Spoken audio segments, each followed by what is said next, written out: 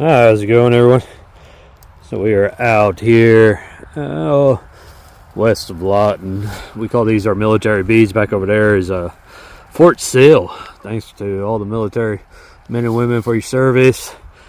And it's a holiday, so many of them don't get to go home. And thanks to all the military families out there as well. It's hard on them as well. So we're going to be checking these. We're going to be giving them some food. I got some fondant and those little bee bites. Get this one checked up. It got knocked off a bit. So see what's going on with them. Pop the tops. It's about 60 degrees, no wind. It's pretty nice out here today. We're taking the dogs hiking through the Wichita Mountains. So I'm going to get the smoker lit, and then we'll see what's going on in the hives.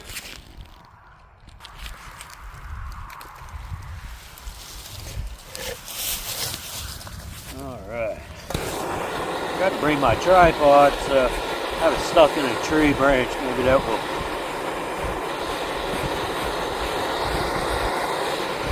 be decent. We'll see. I don't know. But yeah, this is how we light our smokers. Many people ask. We just take it and take our torch, and inside here is cedar chips. We just burn the back of these. It'll last 2 years or so, and then eventually this part kind of gets soft, and we'll move it, or it'll start denting up, and we'll have to move it or buy a new one. So we'll give it a little bit of smoke in these. I don't even know what's going on with them. We'll check. It's not good when the thing is here.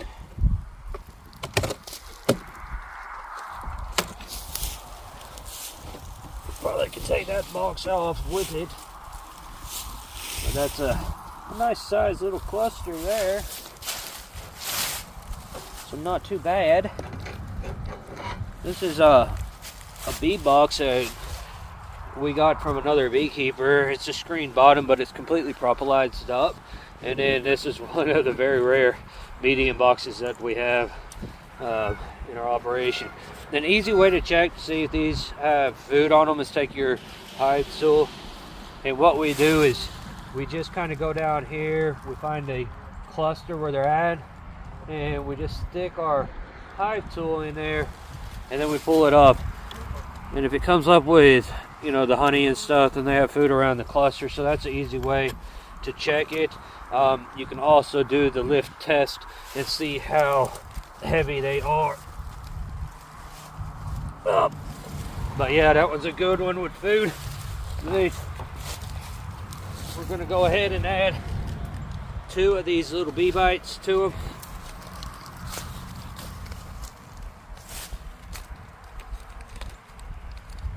And then we'll go ahead and put some fondant on them as well, the bee fondant. One thing about beekeeping, we'll get people that will comment, it's not good to break these seals. It's winter time, the bees work really hard and stuff. And that's true. But in the reality of things, bees work really hard year round. And they always have a seal on them. And anytime a beekeeper gets into their hives, they're breaking that seal. It doesn't just happen during the winter time. And we're always checking the bees are what we do. It's beekeeping, and there's many people that think, they're going to be natural beekeeping. I don't know where this mindset comes from, but there's nothing natural about keeping bees in a box, all right?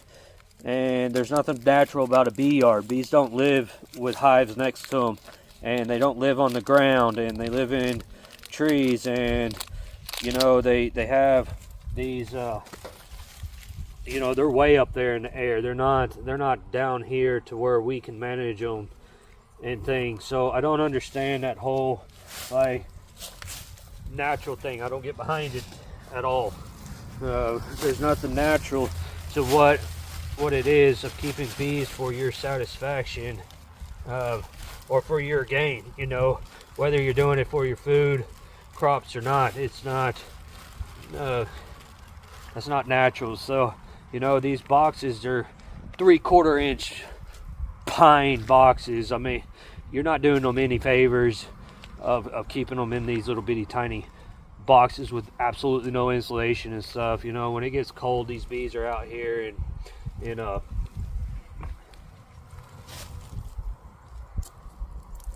clustered up. I mean, bees aren't made for the cold. They're adapted, yes. That doesn't mean they're made for it and stuff. So they've learned how to adapt for sure on it, so they don't die. But they don't keep naturally in cold areas. They're tropical insects, and you know, I think people just don't realize that or overlook it or something and stuff. But you know, I wish the whole natural part would kind of go away and stuff. If you want to be natural, then leave them alone. If you want to be a beekeeper, get them, and that means doing what you need to do whenever you need to do it and stuff. So if that means checking on the colonies in the wintertime, that means checking on the colonies in the wintertime. It means opening them up, doing what you need to do. That is exactly everything that you need to do on it. So we'll get this set back up on top.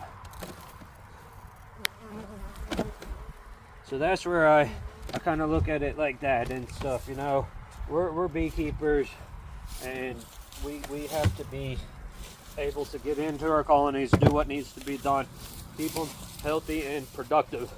Another thing that beekeepers overlook is area. Now, this area we did not pull honey from, and you know, that happens. It's Western Oklahoma.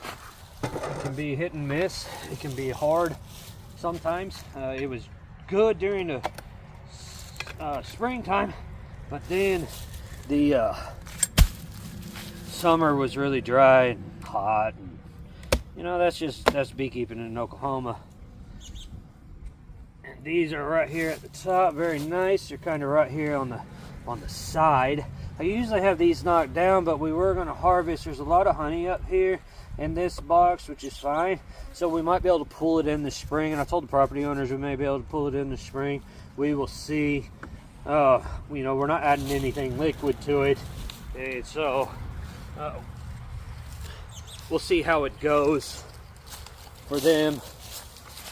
He wants it, but you know, they also, when we set up, they're a new property, and when we set up, they also get to learn about the bees, and you know, not every area is conducive for them, or is going to produce all the time, or these massive flows like some people expect, or you know, they're led to believe that it happens and stuff. And so, you know, one thing that beekeepers need to do is they need to be open and realize that, you know, yeah, you want bees on your property, and I get it, but you know, it might not be completely worth it on your property or in your backyard. And as a beekeeper, you got to make those decisions.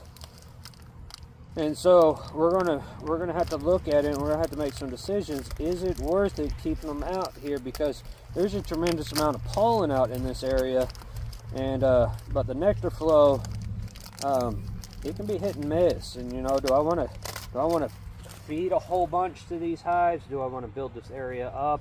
I have hives around the area, and other parts do just fine. It depends on pockets and stuff. But you know, like I said, this one, it didn't produce much of any honey that we could pull. Now, we could have pulled some and just fed real heavy back, and a lot of beekeepers do that.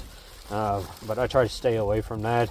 If the area can't produce sustainable food for them, then you know, we will reevaluate and be like, okay, you know, pull out and go put them on another property.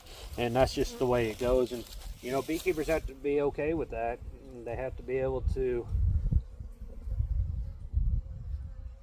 make those decisions and do what's best for the bees. And again, your backyard, it may not be the best for your bees and stuff. So, you know, I know beekeepers with hives, they've had them for 2, 3, 4 years and have never pulled any honey, and they want it, but you know, they're constantly feeding and stuff, and eventually a lot of people, you know, they have to make a decision. Is it really worth it to keep doing it?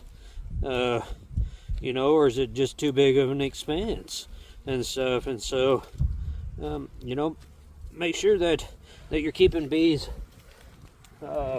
properly in the right way, and you know, and it makes sense to you, and make sure that they're in a good area. Again, not all areas are great. Some areas are absolutely fantastic, and like, we have a lot of farmland up here. We have a lot of hay land, prairie land, and so, and the winter wheat belt and stuff. So, or the wheat belt. So a lot of our areas, you know, they're not just super fantastic, especially when we get out into western parts. So we always have to keep that in mind. You know, so do what's best for your bees. Don't mind if you get to checking them though in the winter time. Don't let beekeepers tell you anything different. It's fine. Again, you're checking them, and anytime that you open the boxes, you're breaking seals and stuff. The bees will fix it, and you know, if the bees are flying and it's nice, no wind, I don't have any problem getting into bees. But look, this is awesome. The propolis seal there. One little tiny hole, just enough for a bee to get in. That's what bees do though. They will seal it up. They will do exactly what they need to do. A little bit of gap right there, that's from where it fell over. The property owner stood it back up for us. So, but the bees are looking fantastic out here on these 2 hives, and you know, I expect them to make it fully through this winter and come out strong in the springtime, and you know, we will go from there. All right, I hope y'all's bees are doing good out there. Thanks for watching. We will catch you on the next one. See ya.